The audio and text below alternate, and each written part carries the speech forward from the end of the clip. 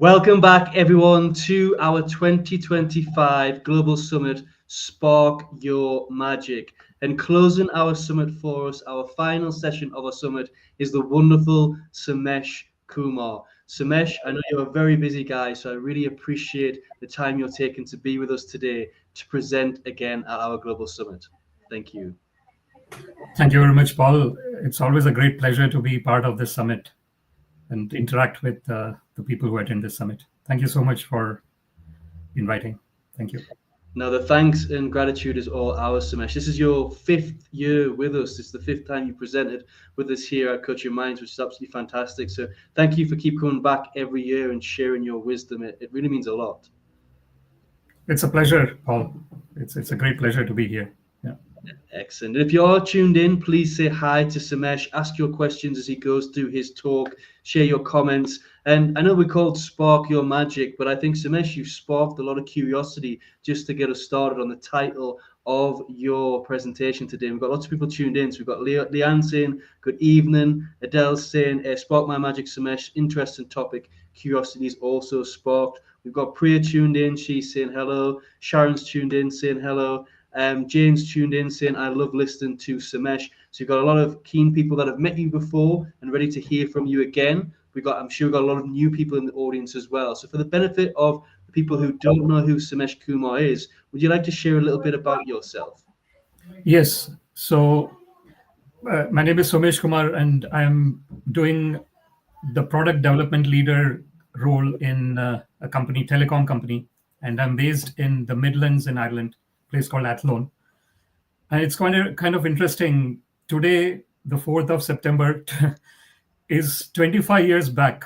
I actually arrived in, I started my work in a company in Ireland. I arrived on 2nd of September 2000. And 4th of September 2000, I started my employment with the company.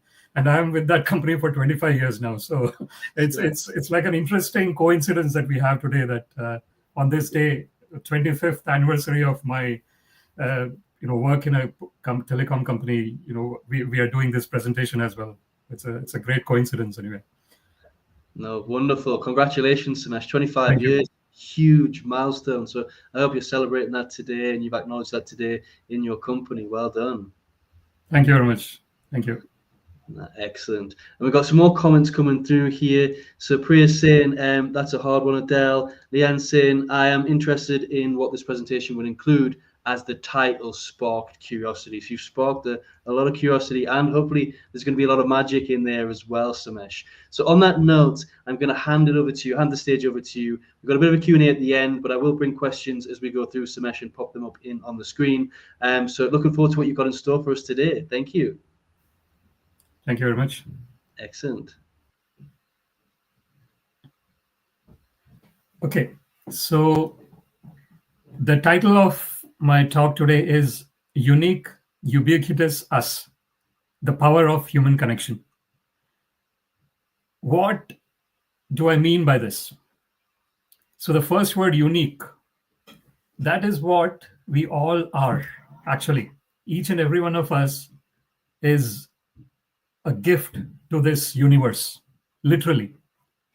And the important thing we have to very clearly understand is that it is our uniqueness that creates the magic in this world.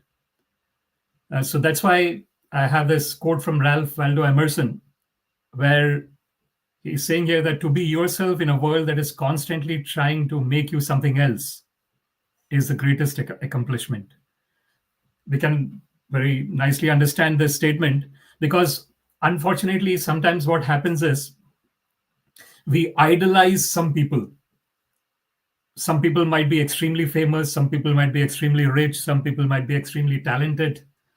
And while we are idolizing these people, either consciously or subconsciously, we are trying to imitate people as well. And that is something that is not really what we should be doing, because we all are unique. And I actually wanted to share one particular aspect that has happened recently in the workplace. So there is this training that was happening for the people who are in terms of neurodiverse, for example, the autism. And there was a training for the leaders. And the person who was giving this training, he mentioned himself that he is neurodiverse. And he was mentioning that if he is supposed to sit in a chair and do things, he feels as if he is being stopped from being his normal self. So what he did was, he was doing the whole presentation standing, and he was walking, he was striding at different places, and he had all those different things. Like sometimes what happened once was, he actually abruptly he said that I want to take 10 minutes break. No one expected that. So these things did happen, but because initially itself he disclosed that he was neurodiverse, people were all with him. And it was really an interesting experience in terms of having that training, because when it comes from the person who is actually in that situation, that actually gives us a lot of things to learn. So what I'm trying to say there is that even though there is all this diversity, there is neurodiversity, there is diversity from the perspective of where one comes from. For example, I'm originally from, this is the actually the next slide was what. So I'm originally from Kerala in India and have been in Ireland. So this is what I was talking about. It was 2nd September 2000 that I arrived, and then 4th September I started my job. So this is my thing. So basically, this is something that externally what I am, right? And this is another important thing to understand, which is that at the end of the day, each and every one of us, the conscious element is the prime element in us. It is very difficult. Eckhart Tolle talks about this in Power of Now, and the surrender experiment as well. So there are different books which talks about the conscious aspect of us. And it is extremely important to understand. I think people currently who understand that diversity and inclusion is extremely important, they do understand it from the perspective that, at the end of the day, everyone is a human being. So as human beings, we all have similar type of goals. If you look at Maslow's hierarchy of needs, self-actualization is the topmost. But before self-actualization, person can go for that, there are other basic needs that needs to be met.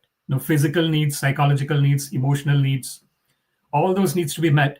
And then when all those basic needs are met, one actually goes into the self-actualization state.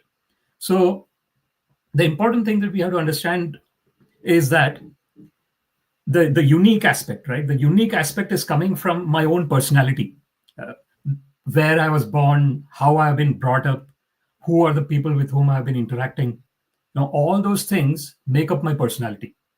And this personality is what I have to appreciate. So coming back to that example of that person who was giving this training, he said that if he was forced to sit at one place, he would be putting on a mask. And after, he might actually try and sit for many number of hours, but in the end, he'll get totally burned out.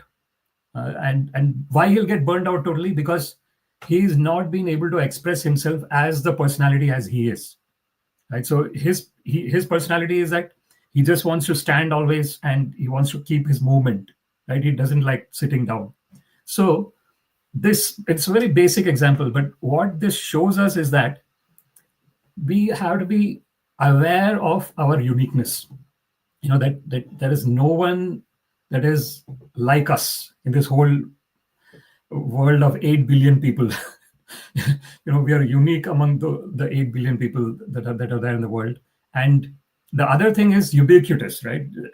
The ubiquitous nature of our existence. What do I mean by ubiquitous? That means, they're everywhere. Human beings are there everywhere across the world, unless we are in a place like Antarctica or something. But then there also, there might be human beings there. So in that sense, we're all there across the whole world, and each of us are unique. And I actually wanted to bring in this acronym for unique. And let us go through this through my talk, what we mean by unique here. Those are the 6 different aspects there, which starts with understanding self. And I'll come to this understanding self, what exactly it is. Then we nurture our values. Once I know myself, I know what my values are, and I can then nurture my values, knowing myself. Once I know the values, I inspire action, right? Not only for myself, but also for others. Then the quest for knowledge continuously takes place. Once we are having that quest for knowledge, we unfold our potential. And once we unfold our potential, we are empowering others in their own unique journey. This is what we are calling it as unique framework. So yeah, so this is what my talk is about, the unique framework, and the power of human connection, right? And at the end of the day, this uniqueness is what we are appreciating across the board for all the people, the uniqueness of each and every individual. And sometimes it might happen that their uniqueness is not something that we might identify with, right? There might be some personalities with whom we identify ourselves with, and there might be some personalities with whom we do not identify ourselves with. Either way, the importance here is to acknowledge the presence of the person who is in essence actually a consciousness. That consciousness is the basis of our existence, and that is an extremely important part. And we'll come to that understanding self option, right? The first. So here, what we are trying to know here is the Aristotle's quote here that we can understand. Knowing yourself is the beginning of all wisdom. It's a very small statement there, but it has got lots and lots of depth within it. The thing about our personalities is that unless we try and find time to go deeper within ourselves, we will never understand our own personality. And I was listening to a Harvard Business Review talk yesterday, very interesting talk, and this person was saying that boredom is actually a way uh, to know ourselves. What do I mean by what does he mean by boredom? The problem with the current life is that this particular thing that we have, it takes over our life, literally, right? So we have this. We If there is a second that is available to us, uh, we are in traffic, and then there is 1 second, or no, say 30 seconds, or whatever time the red light is there for. We are constantly looking for things to get absorbed in. And that means, so he actually was talking about the default mode within our brain. So he was saying that we have totally ignored the default mode of our brain. And would you be able to guess what is the default mode of our brain? It is that it will have nothing to think about. That is the default mode, where we can be totally peaceful, and we can know that we are consciousness without any external stimulus. We never want to go in that direction, unfortunately, in the current contemporary state of existence that we are in. Unfortunately, every moment we are looking for some kind of sensory perception that we want to have.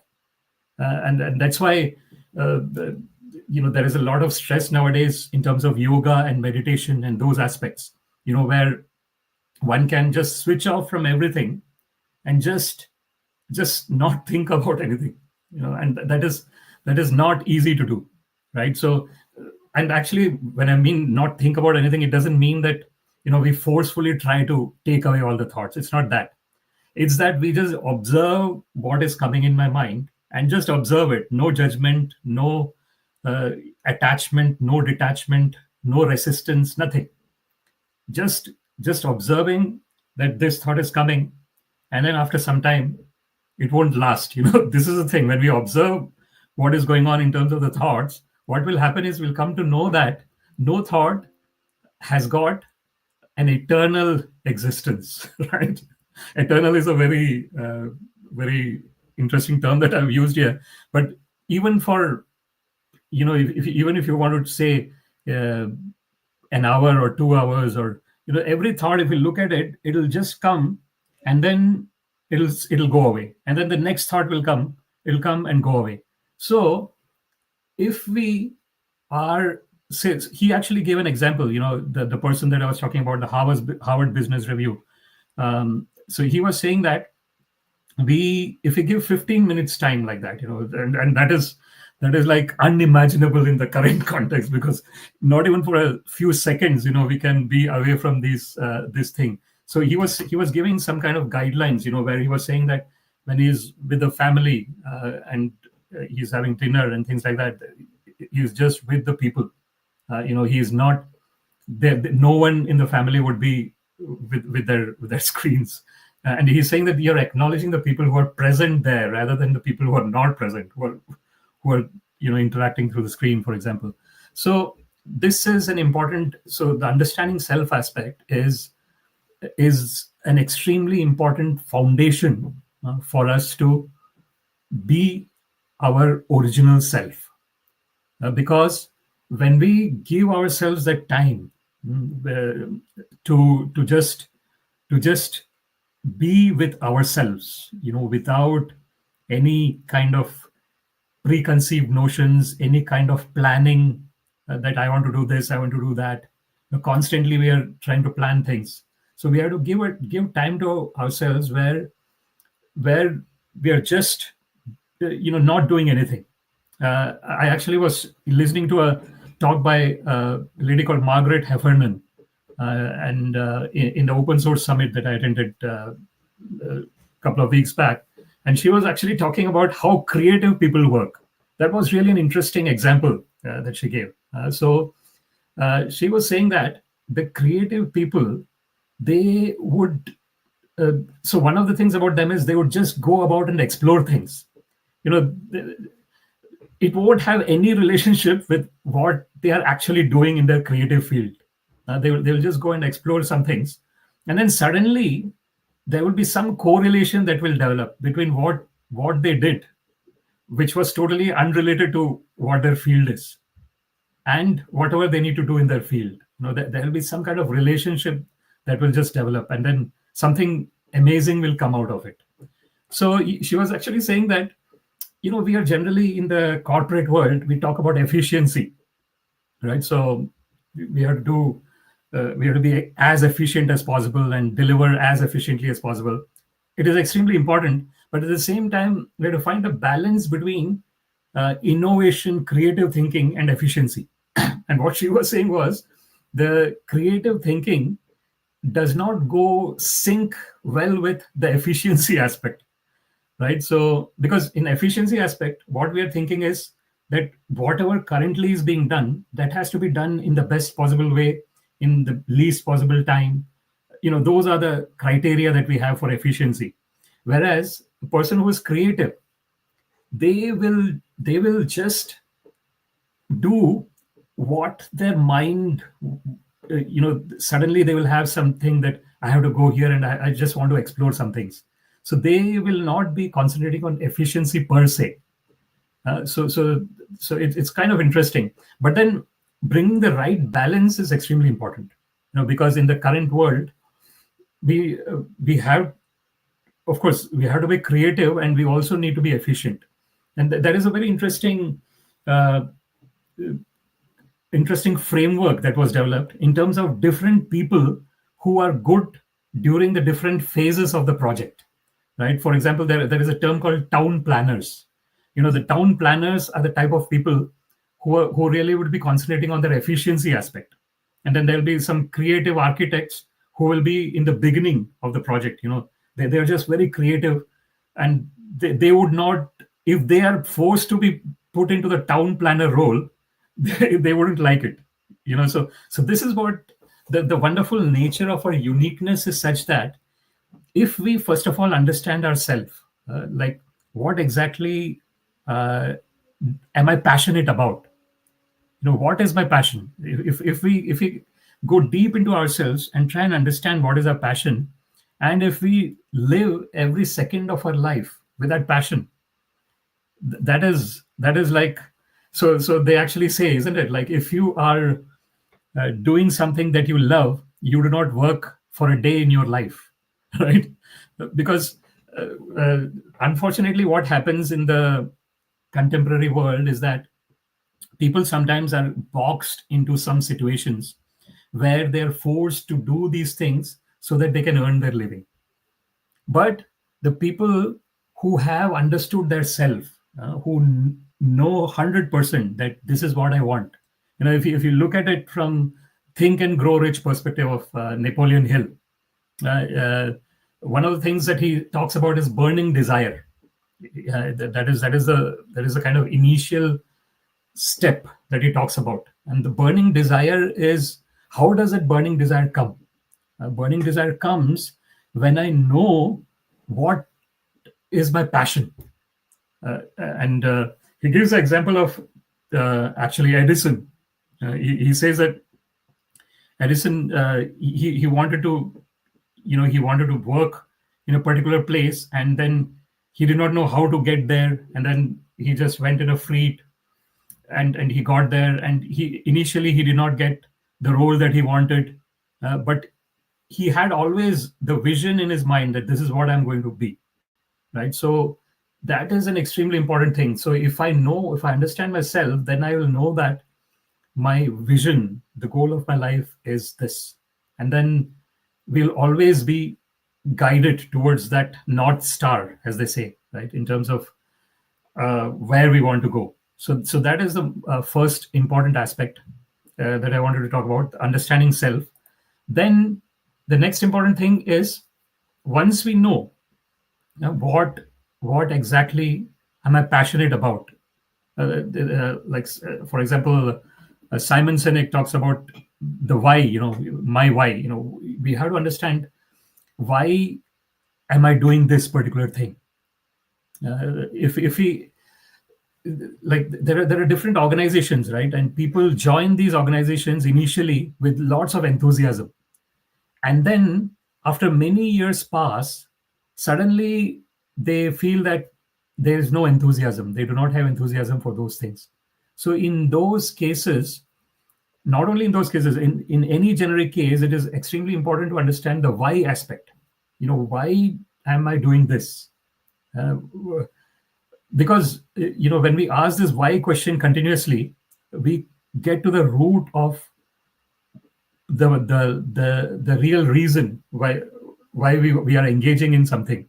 And if the reason is not giving me that passion, giving me that energy to continue, then possibly it's a matter of trying to find another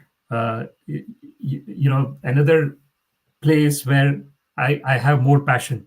But generally what would happen is, if someone is actually passionate about something, they will totally lose track of time. I think you probably would have seen it when you're doing something that you like. You don't even realize so much time has passed. The reason is because we are totally focused, and we are totally invested ourselves 100% into what we want to do. And that is the most important thing. And here when we understand ourselves, then we come to this aspect of nurturing values. And this is what Albert Einstein says here. He says that, try not to become a man of success, but a man of value. Look around at how people want to get more out of life than they put in. A man of value will give more than he receives. He says, be creative, but make sure that what you create is not a curse for mankind. Right? So it's a really interesting quote. from Albert Einstein. He says, try not to become a man of success, but a man of value. So this is another interesting thing that is challenging from the perspective of us as human beings. So generally, what happens is we are always trying to get to a level where we want to be successful. There is a very interesting saying. It says that if you want to get the butterflies, right, don't chase the butterflies, just build a garden. So once you build a beautiful garden, the butterflies will naturally be attracted to the garden. So the challenge with our human condition is that we are looking for things directly. For example, someone wants lots and lots of money. Someone wants fame and money. Someone wants fame. All these things people want. But if the person is directly pursuing only these things without understanding their self, without understanding what value they're going to provide, then unfortunately, even if by some chance one actually becomes famous, one actually becomes rich, one will not be living their purpose in life. So one thing is having a livelihood and having a comfortable life. Another thing is actually living the life. They're two different things. Like they give the example of some kids who are in a poor background, but I don't know whether you have seen that picture where the very small kids, they're playing with each other, and one of the kids is taking a sandal, a kind of a footwear, and he's using a footwear, and he's using the footwear as a phone, and all the kids with him are smiling happily, laughing.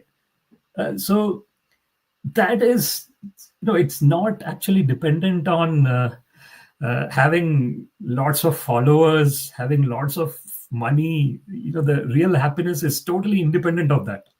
The real happiness is that something that is there inbuilt within us. It is not there externally.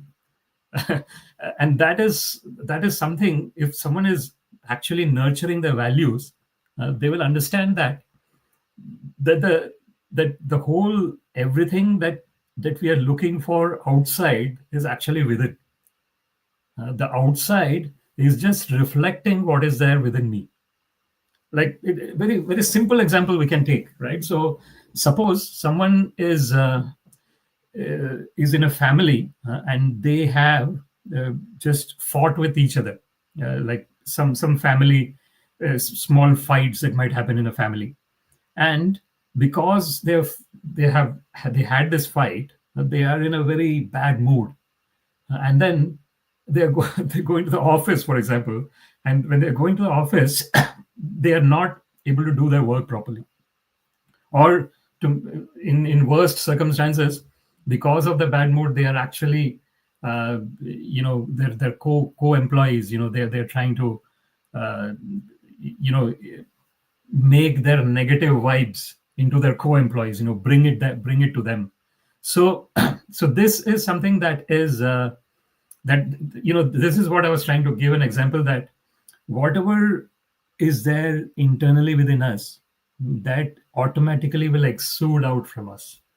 And the real condition of each and every person in this whole universe is that we are all blissful people. We are all peaceful people. That is our original existential position. But somehow or other, due to the different influences that we are brought under in, there are all these accumulations that we have made, which makes us, totally, like some person might be extremely cruel, for example, unfortunately, and some person might be extremely compassionate. So being extremely cruel and being extremely compassionate are two extreme sides of the same thing. This is called the law of polarity. So this is the nature of this existence, right? So if, so what we have to understand here is that at the end of the day, the person who is extremely cruel is also a person, but unfortunately, because of their conditions in which they have been brought up, they have actually taken bad values. So if we can have this state of understanding, then we are totally in a world where we our presence, just our presence, will bring peace. We don't need to say anything, we don't need to do anything. We are just present at a place, and that place becomes peaceful, that place becomes blissful. So that is, and that comes, as I was saying, in terms of the understanding self aspect, that comes when we understand that we are actually originally, our existence is consciousness. There is nothing else other than consciousness. So everything else that we are seeing, the basis of that is consciousness. So that is an extremely important thing. So that is understanding self, nurture values. Then when we know our values, then we can have act on those values, and we inspire action within ourselves. And this is an interesting quote from Tony Robbins: "The only impossible journey is the one you never begin." Very, very interesting one from. We know he's like one of the best, most famous personal growth leaders, if we want to say. And this is an extremely important thing that we have to understand, right? So beginning our journey is extremely important in whatever direction we want to go, and trying out things, I think that is also extremely important. Like we might sometimes, as I was saying, that like the example that Margaret Heffernan gave, right? So these people who are creative people, they are just exploring out things. They're just going for different aspects. It might have nothing to do with what their actual field is, but they'll still go out and explore. You're broadening your horizons, you're understanding different aspects which you probably would have never done, and all these things help us in some way or the other. The interesting thing is how the subconscious works, right? Subconscious mind is absorbing each and every second of my existence. It is like, in a sense, it's like an unlimited hard drive, right? Literally. And and it is getting stored, and it gets accessed, whenever we need that we can access. We have this in the computer, the read-only memory and the random access memory, the ROM and RAM, as they call. So we have all these inbuilt. We are a wonderful machine in that sense, right? The human, like even if you look at the aspect of artificial intelligence, that is extremely, that is just since November 2022, isn't it? That's when ChatGPT was launched. The AI has taken over the whole world by storm, and it still continues to. And what are we trying to do here? Artificial intelligence.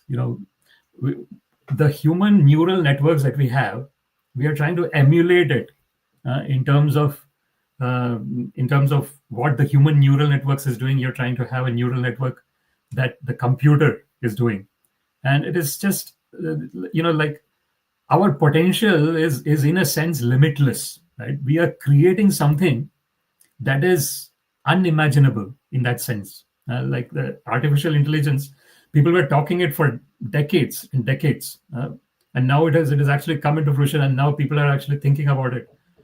Like what is, they're talking about artificial general intelligence, for example, and then artificial super intelligence. So all these, and who is actually developing all these things? We as human beings, the creative power of human beings. So this is what is uniqueness, right? So all those wonderful engineers who have been working on those algorithms and creating this artificial intelligence. So the important thing about this particular part, the third point that we were discussing here, is action. Taking action on our values, whatever is the value, and being persistent in our values, irrespective of circumstances. I think that is an extremely important aspect as well. So, and coming back to this, the only impossible journey is the one you never begin. It is a really interesting one, because sometimes what happens is we think about doing things, but we don't begin, we don't take action. And if we don't take action, the thing that we want to do is just in our thoughts. We have not put it into actual physical semblance of what we want to do. And the important thing here is also that we are not afraid to fail. So the biggest challenge in the human condition is that we are, whenever we are doing things, we are afraid that if I fail, what is going to happen? Kind of very self-conscious in that sense. But if we are taking action, and we, irrespective of what is going to happen, then sky is the limit. So that is how we can spark our magic on everyone in terms of inspiring the action. The next is the cue. I'm just reading Jane's. I love how knowing one's values. Indeed, you can only spark your magic when you work on your inner world. Absolutely. Thank you. Thank you, Jane, for your comment. This is, yeah, it is extremely important, because unless and until we understand ourselves, we do not know our values. We cannot act on our values, and we cannot have this quest for the knowledge. What knowledge, right? So the quest for knowledge never ends. It just leads to more curiosities that lead to greater mind. And the real reason for a quest is always self-knowledge. That's an interesting one as well. And the self-knowledge is an extremely important subject, which actually goes into a little bit of metaphysical aspect. It is not just physical, it is metaphysical.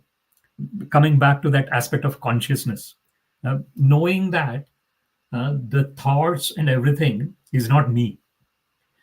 What happens is, generally in our existence, in our normal existence, we are always thinking that I am this particular thought.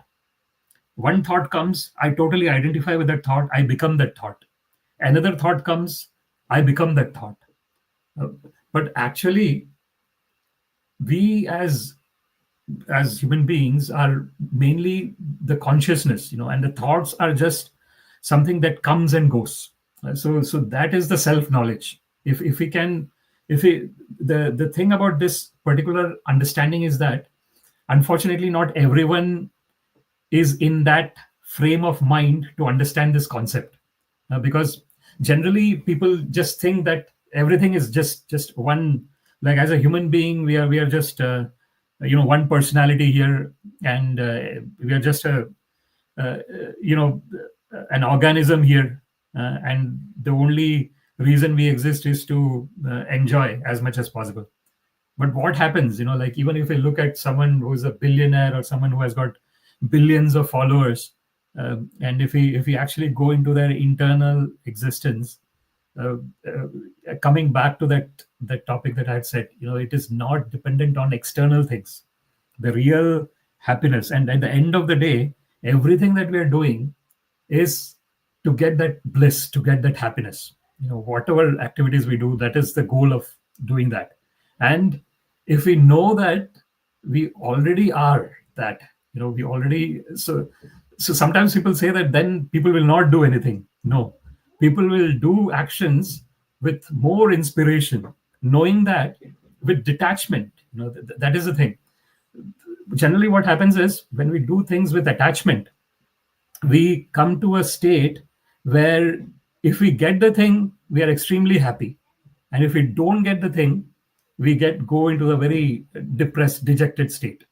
But if someone knows that, I'm totally independent of whatever achievement I'm going to get, my existence is not dependent on the number of followers I have, the number of the fame I have, the money I have. My existence is totally independent of all those things. Then one does the actions selflessly. One just does the action because I like doing the action.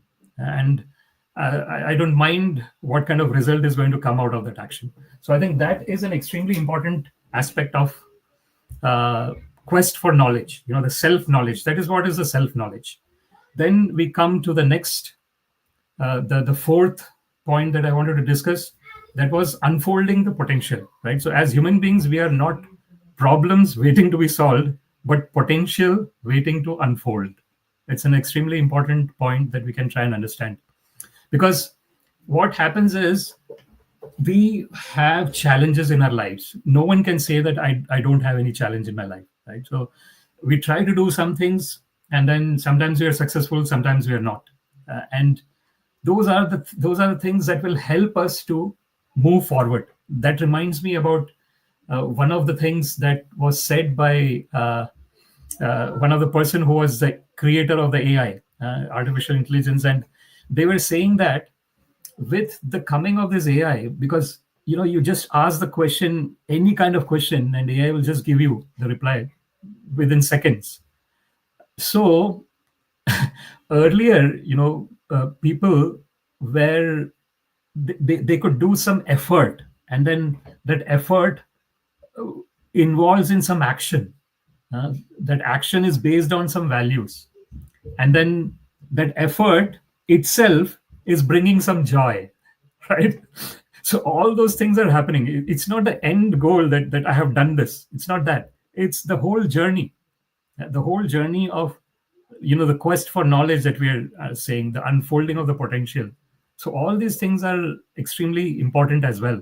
But with this, everything comes to us. We just ask question, everything will come to us. So then people will lose, and this is another important challenge that AI will bring, is that people will there'll be two categories of people, right? One category of people will be the people who will become more creative by using the artificial intelligence, and another category of people will be the people who unfortunately will lose their capability to perform, use their brain.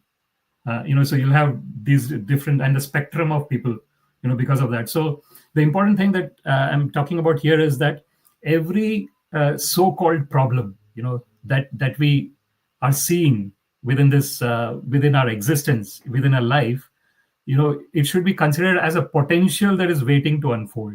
It is not a problem that we want to solve. Uh, we are uncovering the hidden potential within us when we are faced in a challenging situation. So that is what is meant by unfolding potential. And then this is the last aspect of empowering others, right? So if we look at the different aspects that we discussed until now, understanding the self, knowing that you know uh, what what is my passion. When I know my passion, I'm nurturing my values. Then I'm acting on those values. Then I'm developing my knowledge based on that action. Then I know the potential that I possess, and then with the potential that I possess, we empower other people to go on their own unique journey. Because everyone is not, again, it's not dependent on whether a person is famous or whether a person is rich or whatever. It's not dependent on external achievements. It's dependent on our inherent existence as a human being. And that inherent existence is something that can be just the presence. It need not be anything else. I know I don't need to speak to anyone. I don't need to show anything to anyone.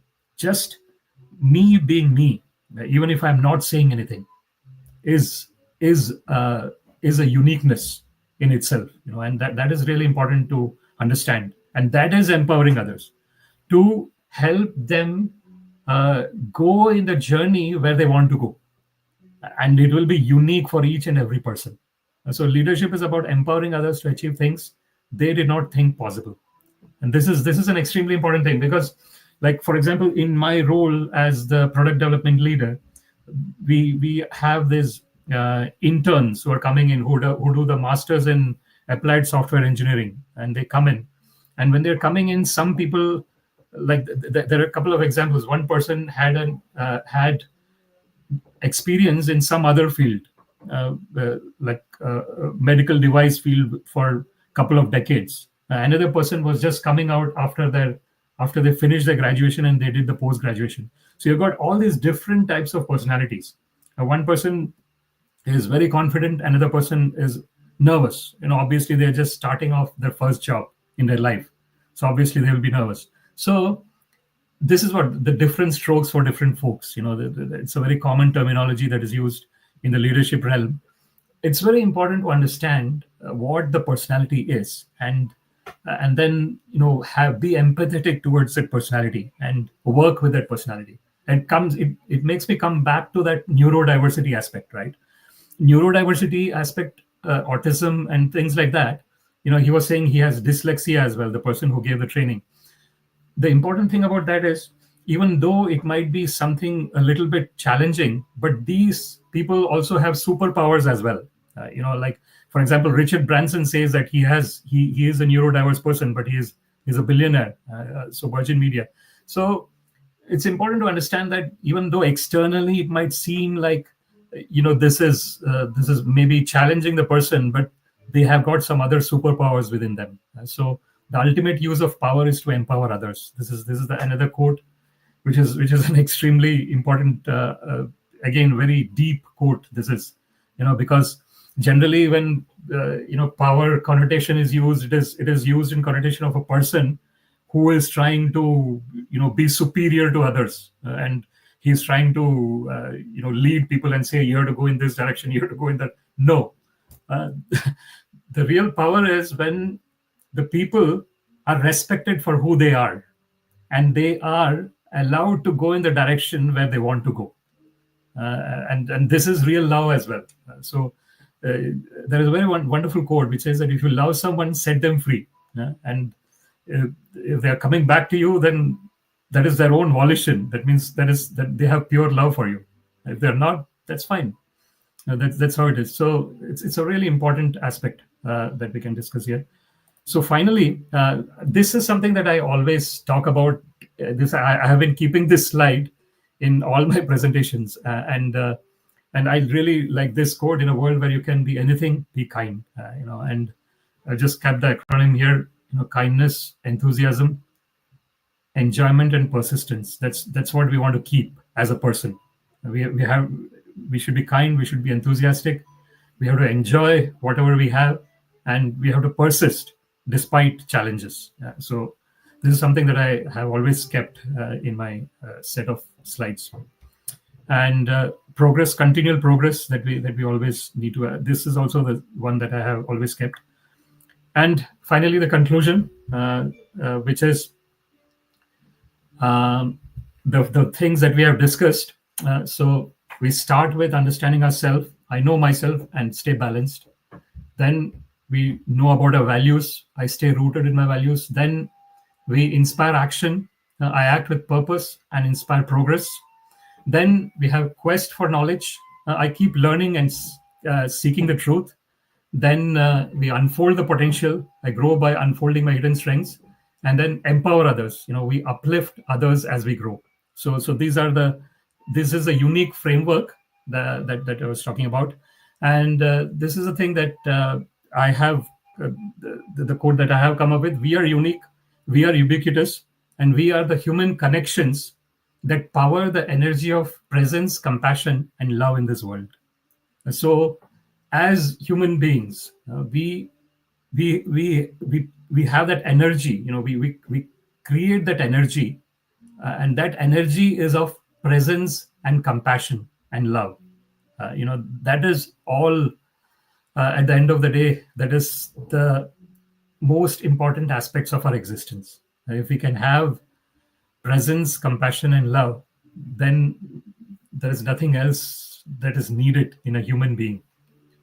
And it is all, we are embedded with it. That is what we are at the end of the day. And that is the whole goal of sparking our magic, which is the theme of our this Coaching Minds 2025 Global Summit, Sparking Our Magic. The Sparking Our Magic is basically what we are. As we don't need to do anything, we don't need to influence anyone in a particular way. Just our presence, just being who we are, will spark the magic. Nothing else needs to be done. So thank you very much for patiently listening to this talk. I think if we need to have some kind of conversation around this, I'm happy to engage in that, some kind of discussion. Thank you very much.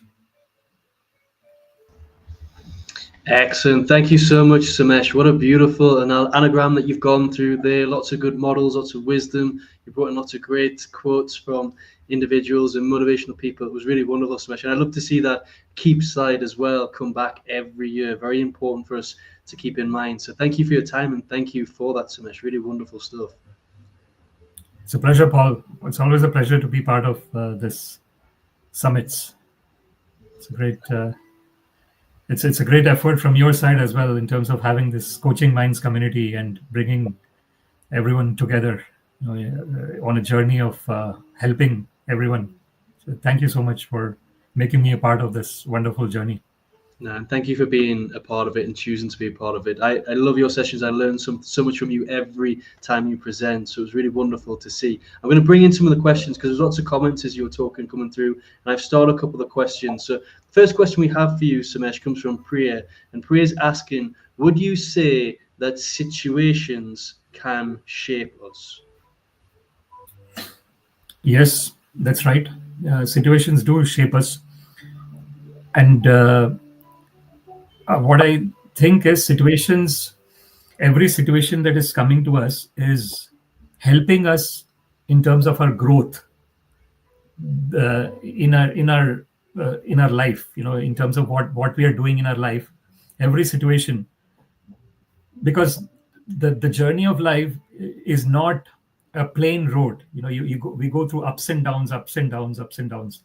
And whenever we are going up, I think the challenge that happens is we sometimes think that, why am I going through this? Why this is happening to me? This is a very common question that we ask when we are going through challenging times. And the important thing to understand in those situations is that, like the quote that was there, we are not a problem to be solved, we are a potential to be unfolded. Right? I think that is what we had to always keep in mind. When some challenging situations are coming in, we have to try and think about the situation as something that has come to help me become a better person. It is extremely difficult. It is easier said than done, because when these challenging situation comes, we sometimes are totally going into a depressed state of existence. But this is where the actual presence comes into the when we are present, when we know that this also shall pass, nothing lasts forever, then we are able to deal with the situation. And I think the story of Eckhart Tolle is extremely very, very nice here.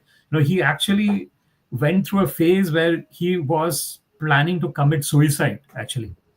And he went into such a depressive state. And then he says that suddenly he understood that all these things are external. This is not me. He actually talks about that. That is where he talks about the consciousness, the power of presence. That is, so everything is external.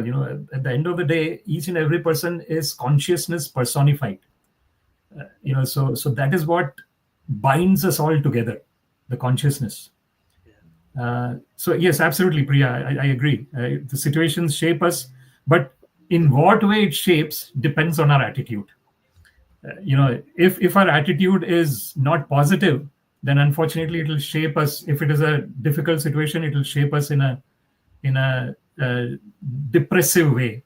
But if our attitude is positive, even though we are going through a depressive situation, we will be able to handle it better. We'll be resilient during those challenges. Excellent. And from what you're saying there, Samesh, a famous quote keeps coming to my mind. I can't remember the author, but where it says, sometimes we feel like we're being buried, but actually we're being planted. Yes, absolutely. Yes, Yeah. 100%. Yeah. Yeah, and I That's love an the Echo interesting one. Tony as well. He's great as well. Echo Tony's Yes, fantastic, both in his Power of Now and the yes, concept we were talking about in New Earth as well. Yeah, yes. fantastic stuff. Yeah, we've got another question coming in from Adele, and I'll feed into more of the comments. Adele's asking, how can we stay present daily? Yeah, that's a great question, Adele. Thanks for asking that. I think it's a matter of not of knowing that the thoughts that are coming to us is not us. It's not easy again, because if there is a thought that I like, and if there is a thought that I am attached to, I actually become that thought. Then when I become that thought, then I'm not present. Because the problem with the human condition is that the mind is either in the past, or the mind is planning for the future. So but the mind will only be in the present if I am interested in the thing that I do. Someone, say for example, someone is forced to come to something that they don't like. So even though physically they will be present there, their mind will not be there, because they don't have any interest in that thing. So their mind will not be there. And in those cases, the person is not there. Even though physically the person is there, the person is not there. So I think the important thing to understand there is, when the mind can get focused in what I'm doing now, then we can be present. Yeah. But if the mind is brooding about the past, or mind is planning for the future, then we cannot be present. So it's a matter of trying to know where the mind is, uh, and for that we have to disassociate ourselves with the mind. Because generally what happens is, we are constantly thinking that I am the mind, but we are not the mind. We are consciousness, and that is the most important thing to understand. No, excellent, beautiful answer, Sumesh. Escaping from the memory and the imagination that we have to make sure Exactly, we're present. Yeah, no, exactly. Yes, yes. excellent. So I'm going to bring in some comments. I'll see if there's any more questions below. So if you want to say, loving all the models described over the past 3 days, very insightful and a great place to start many conversations. And Sharon's also said, I have loved, capital loved, listening to you, Sumesh. Thank you. Thank you, Sharon. So you've sparked Sharon's magic today, which is fantastic. Fiona saying, thank you, Sumesh, from a fellow Toastmaster. Okay. Yeah, nice, Fiona. Leanne, Leanne saying, I have quite a list of inspiring quotes and things to research. Thank you, Sumesh. Pleasure, Liam. Thank you. And then we've got a question from someone called Tripto who's saying, what's better for my brain, meditation or exercise? Okay. It depends on your personality again, I think I would say. Because if someone is more physical, in terms of their personality, then probably exercise will suit them. And if someone is more not physical, they're more in the state of mental exercise, in terms of understanding their mind, then meditation will suit them. But I think at the end of the day, it is a balance as well. Because exercise is important and meditation is also important, because exercise is helping the physical body to become fit, and meditation is making the mind to become fit. And unfortunately, or maybe I think currently people are understanding the importance of meditation as well. I think there are a lot of people who are going in that direction, and and the reason would be that, because people will say, what happens is, we are so much there is an information explosion nowadays, right? Continuous bombardment of information, social media, this, that, news, other. So the mind is getting totally, overburdened with information. So therefore, people want to get some kind of peaceful, existence. And I think probably that might be one of the reason why meditation is coming back into focus nowadays. But that's an important aspect, and this is where the thing about the boredom that I mentioned. It was a really interesting point that he said. He said that, can a person remain without doing anything for 15 minutes? That's what he was saying. No, cannot. And he's saying that you have to do that. To activate your default mode. That means uh, you are giving the time for the brain to go into that creative mode. Because if you're constantly bombarding the brain with information, It does not have any time to relax except the time when we are sleeping. And even when you're sleeping, if much of the time would be dreaming, and when you're dreaming, again the mind is at work. It is only in the deep sleep state that the mind is totally silent. So that is another aspect as well. So thanks for that question, Tripto. Excellent. No, thank you for that, Sumesh. Really, really appreciate that. Sharon's also said that exercise can be a form of meditation. And I think there's a way of Yeah, blending them together. You mentioned yoga, I like Qigong, Tai Chi. There's certain things where we can kind of stand in meditations and works to blend the two together. that's right. That's right. I agree, Sharon. Again, it depends on the personality types as well. I would say the thing So, about uniqueness that I mentioned. Some people could find that the exercise that they're doing, the groove that they're involved in, is like meditation for them, and that's good. That's good for it. Everyone is unique in that sense, and to appreciate that uniqueness is extremely important, I think. yeah. Yeah. And not to use the acronym, but beautifully put there. Everyone's unique. The purpose of today. Excellent. Yes. Leanne saying, I have recently started meditation. I'm blown away by how powerful it is. Agreed. James, thank you, Samesh. And Fiona's got Thanks, another Jane. question for you here. Fiona's asking, do you think whilst you're walking, combining meditation and exercise? Okay, so there are different, like for example, the Buddhists, for example, they have a walking meditation. They have one thing where what that means is being aware of whatever I'm looking at, not being in the head. This is the thing. What I was talking about. The problem with the mind is it is either brooding about the past or it is planning for the future. It does not want to stay in the present.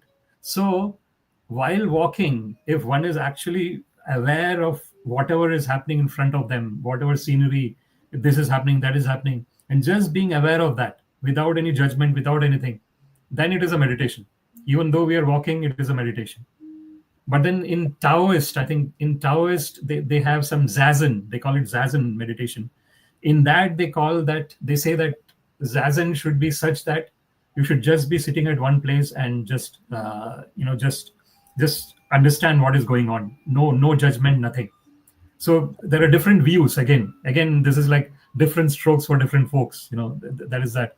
But yes, that is that is possible. The meditation with exercise, meditation while walking. That is all, because at the end of the day, meditation is being present, being aware, without any judgment, without any preconceived notions, without the mind brooding about anything. Just being aware of what is going on. That is meditation. No, excellent. No, excellent question, Fiona. Lots of great questions coming in. And I love when you mentioned the Taoist point there, Samesh. One of the famous quotes from Alan Watts that comes to my mind is there's a huge difference between trying to do nothing and doing nothing. And meditation is the state of doing nothing. Exactly. Yeah, that's a good one. Yes, absolutely. And that is even though it might be the simplest thing to do, but it is the most complex thing for us human beings to do nothing. It is. It really is. It really is. Because the way our mind works, right? It's really kind of complex. The mind is always wanting to catch to something. It doesn't want to be free. And so real freedom is when we are not dependent on the results. We act independent of results. I think that is real freedom. Yeah, it is Yeah. indeed. It is indeed. And Fiona's following up here. She said, as someone with ADHD, I find keeping still difficult. And I think that goes back to what you were saying earlier, Sumesh, Yes. uniqueness and finding what works for us. Yes, exactly. And it also goes back to the thing that I was mentioning during the talk about the person with dyslexia and autism. He actually giving us the training on autism. And it really it was like an eye opener for everyone who attended the training, because to understand, he actually talked about reasonable accommodation. That's the term he used. So you have to try and understand how to work with the person so that they can be at their best. And it's fine. I think Fiona, and I commend you for actually being vulnerable and mentioning about your challenge there. uh, and that is not like and these different neurodiversity aspects, I think it's all, at the end of the day, we are all unique people, and everyone is on their own unique journey in terms of that. So, like, even those so-called neurotypical people, they might be having uh, different other sorts of challenges as well. So at the end of the day, we are all unique in that sense, and there is unique superpower as well, with each and every one of us, and that is what we bring to the world. That our presence, just our presence. We don't need to do anything. We don't need to, influence anyone. We don't need to do anything. Just being ourselves in a place, we are sparking our magic to everyone. We are indeed, Samesh. And I think on that note, I'm going to leave it there. There's no more questions come through, but if anybody does want to ask any questions, please put them in the comments box on the replay. Samesh, I could talk to you for hours, but we're slightly a little bit over time, which is fine. It's fantastic. And no, it's been wonderful to listen to you. So thank you so much for all your wisdom, your quotes, the anagrams that you have, everything you brought to us today. It's been really fantastic to listen to you again. So a huge thank you, Samesh. Thank you very much, Paul. It's a great pleasure to be again being in the 2025 Coaching Minds Global Summit. Spark your magic. It's amazing. Thank you so much.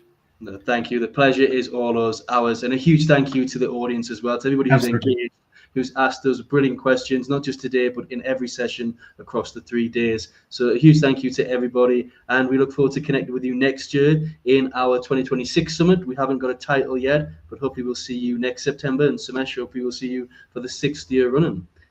Thank you so much. Thank you. And thank you, everyone. Have a wonderful evening, day, wherever you are in the world, and we'll speak soon. Thank you. Thank you. Take care. Thank you. Take care.